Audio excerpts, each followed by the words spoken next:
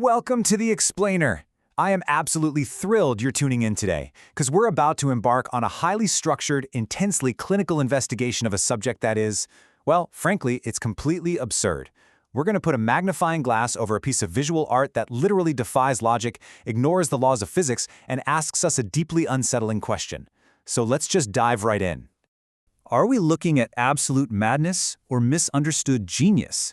That's the central existential question we have to answer today. When you're confronted with pure, unfiltered chaos, how do you even categorize it? Is it just a random explosion of color and shape, or is there a meticulously crafted brilliance hiding right beneath the surface? Today, we're going to break down the evidence, trait by trait, to find out for sure. Section 1. Meet the Orange Monster. Behold patient zero. Now, what's really interesting here is the sheer, unadulterated shock of this creature's presence. I mean, just look at it. It's this vibrant, screaming orange entity suspended in midair, with a wide-eyed, flailing, and just brilliantly unhinged energy. It commands your attention immediately. You really can't look away from those wildly asymmetrical features and that massive, gaping mouth. We are looking at an absolute masterclass in visual overwhelmingness. Section 2. Anatomy of Manic Energy. To properly analyze our orange friends here, I want to introduce a term, manic slapstick. We're defining this as a state of wildly exaggerated, frantic energy, typically characterized by unblinking stares and flailing, boneless appendages. By applying this formal, clinical definition to our cartoon monster, we can start to ground this completely absurd image in some actual structured logic. Let's see how well our subject fits the diagnosis, shall we? Let's do a rapid-fire rundown of the physical symptoms of what I'm calling pure orange chaos. First, look right at the top of its head. Asymmetrical red and cream striped horns. They don't match, they curve wildly, and they absolutely scream unpredictability. Next, those unblinking, mismatched pupils. Notice how one eye is significantly larger than the other, locking onto you with this really unsettling intensity. Then we have the gaping maw with these prominent, strangely rounded molars and a thick pink tongue. It literally looks like it's mid-scream. Add to that the flailing, four-fingered hand appendages that clearly lack any visible bone structure. And finally, the most baffling detail of all, disembodied, floating leg-like structures. The legs aren't even attached to the main body. Every single physical trait here mathematically adds up to a perfect visual representation of insanity. If we were to chart the internal psychology of this creature, based purely on its external anatomy, it'd probably look a little something like this. An overwhelming 85% of its brain power is entirely dedicated to unrelenting screaming. About 10% is focused on the upkeep of those magnificent striped horns, and a quiet, lingering 5% is reserved for pure existential dread.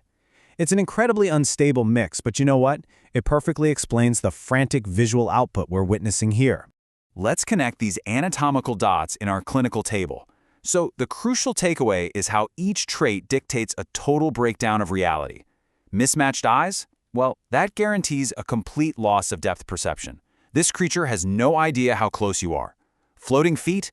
A total, unapologetic defiance of gravity and the laws of physics. And that gaping mouth? We are officially diagnosing that as chronic, incurable vocalization. It literally cannot shut its mouth. It's trapped in a permanent state of loud, chaotic expression.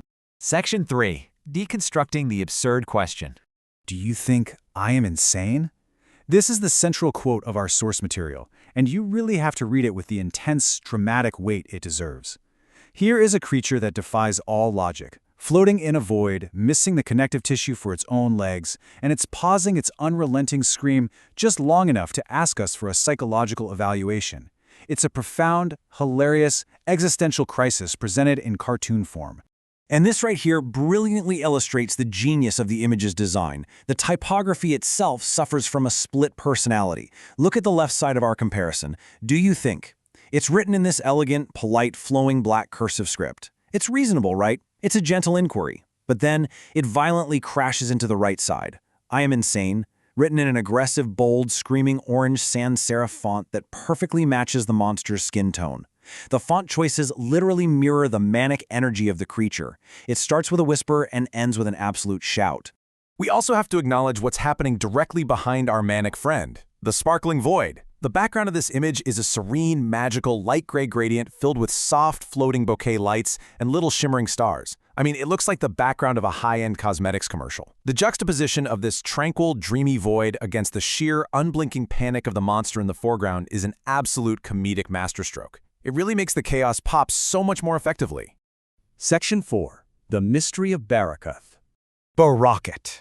Printed in small, stark, black capital letters at the very bottom center of the image. Just Barakuth. What does it mean? Why is it there? In an image that's practically screaming for attention, this tiny word sits quietly in the void, acting as the final puzzle piece to our enigma. I've got 3 escalating hypotheses for this one. Step 1. Is it simply the creator's artistic signature? You know, a humble stamp on a masterpiece of madness. Perhaps, but let's look at step 2. What if Barakuth is the monster's actual given name? Hello, my name is Barakuth. Do you think I am insane? It adds this startling layer of polite formality to the creature. Or step 3, which is my personal favorite. Is Barakuth a secret diagnostic code word for pure chaos? Like a magical incantation that when spoken aloud summons floating limbs and striped horns. We may never know for sure, but man, it adds an incredible layer of mystery to the whole composition. Section 5. A final sanity check. We've reviewed the physical symptoms, the typographic dissonance, and the mysteries of the sparkling void. Bringing our subject back into focus, we have to deliver a verdict.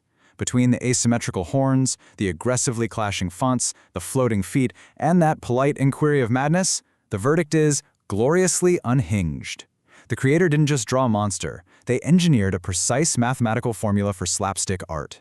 Every single detail, from the color of the bold text to the tiny word Barakuth, is deliberately placed to maximize the comedic and manic personality of this brilliant orange blob. It is, undoubtedly, a misunderstood genius of character design. Which brings us to a final question I want to leave you with today. The monster asks if we think it is insane. We've definitively concluded that yes it is. But if this monster is undeniably insane, what does it say about us that we just spent 10 minutes clinically analyzing its floating feet and screaming typography? Are we the reasonable ones, or have we just been pulled into the sparkling void of madness alongside Barakuth? Think about that. Thank you so much for exploring this incredible visual with me today, and keep questioning the chaos you see around you.